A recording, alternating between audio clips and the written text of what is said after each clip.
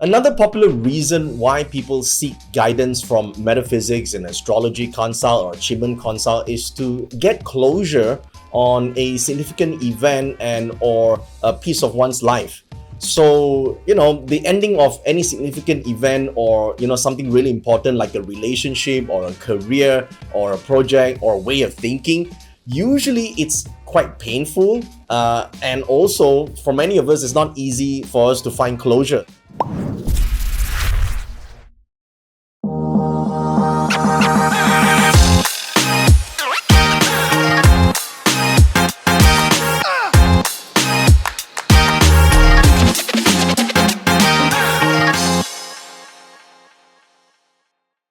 So I want to talk about this particular topic as well, because for those of you who know the art of date selection, okay, so recently in my 4-day live training, we talked about one type of day called the closed day, okay, and also in Chiman Dunjam, there is a door called the door of delusion or the door of hiding or the door of closure.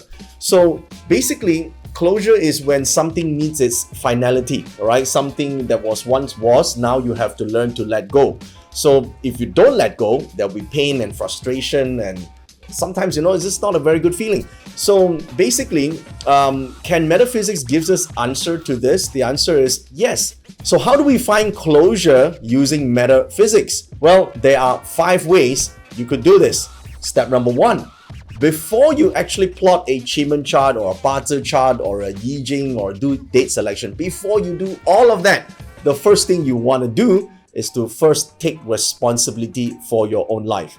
Now, this is so important because before you could even look at charts and empower yourself with the decisions or the information on the chart, if you don't take responsibility, okay, if you don't believe that you could take the action to move forward, you don't want to, right? Let's say you don't want to, you don't take responsibility for that, then there's no point looking for answers inside any of those charts. Even if you cast an oracle or you look at the Chiman chart, if you don't have this question, this dialogue with yourself that you're willing to take responsibility to move forward, nothing can change. Okay, you got to be honest with yourself and take responsibility. Okay, you got to take responsibility for this pain, for this anger, for this disappointment. I know it's not caused by you, but it's important that you have to learn to take responsibility for the response you give as a result of these activities. This is the first part.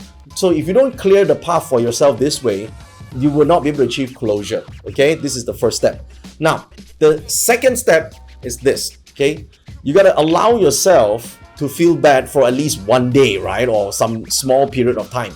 It's okay to feel bad, to be vulnerable. Because sometimes people say like, you just snap out of it, right? Come on, right? You cannot be down forever. Of course, you can't be down forever, but you at least allow yourself to let it out for one day. So, in amongst all the date selection, amongst those days, a closed day would be great for this. Okay, on this day, you allow yourself to be unhappy behind closed doors for one day. But don't keep doing this stuff, right? Don't keep playing victim for long periods of time. Prolonged periods of time in a negative feeling or frustration, that will really set you back. Okay, it's okay to feel bad, but allow yourself to feel bad only for a very limited amount of time. Okay, and then be done with it. But just don't keep doing it, right? And the third thing that you want to do is that you want to study your own charts to gather your strengths, to find your strengths once again, because over this period of time, that loss or that significant ending to that important relationship or a period of your life, obviously, at that time you're in a downward spiral. It's extremely difficult to snap out of it just like that. So one of the ways to do on the third step is to study your chart to look at what are your strengths. It's just to remind yourself that, hey, besides losses, you also have achievements. You also have wins in your life too, right?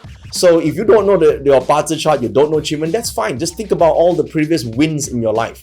This is important. You have failures, but you also have a lot of achievements. So think about all those significant events, the winning times. Now, for those of you who know how to use your Bazi, you can look at where you can focus on the positive, your strengths, right? Your list of talents or abilities or gifts or assets. This is important. It's just recognizing it, becoming aware of this. This itself is empowering, okay?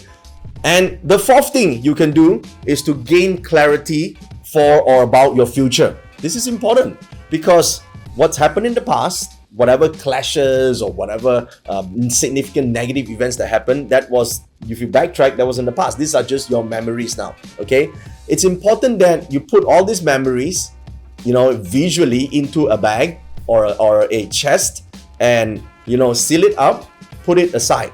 You see, you can't just keep going everywhere in your life carrying this big chest or big bag everywhere and then keep referencing whatever is inside. Then you feel gloomy all the time. So you gotta reimagine that, hey, you're not gonna forget these memories because some of it was quite sweet too, right? Well, a lot of it probably ended abruptly or you're not happy with it, but at least envision putting that into this bag or this chest and then put it aside. You only reference it when you need to, but don't keep referencing it. Now look forward to the future. So for those of you who know how to look at your parts chart, of course you can see, okay, what's in store in the next luck pillar or in the next 1 year, or what's ahead of you, what are the good things to look forward to. There's always, positive and negatives. Don't focus on the bad, focus on what's to expect, right?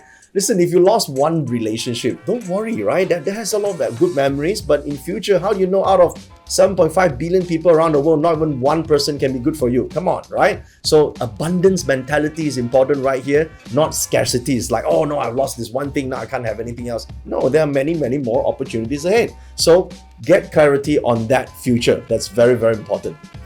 And the fifth step is to symbolically create a ceremony or a ritual. Now this is very important, yeah? Back in the old days, actually not even old days, nowadays there's still people, right? Let's say there's a loss in the family and they do a ceremony, some form of a spiritual gathering and all that.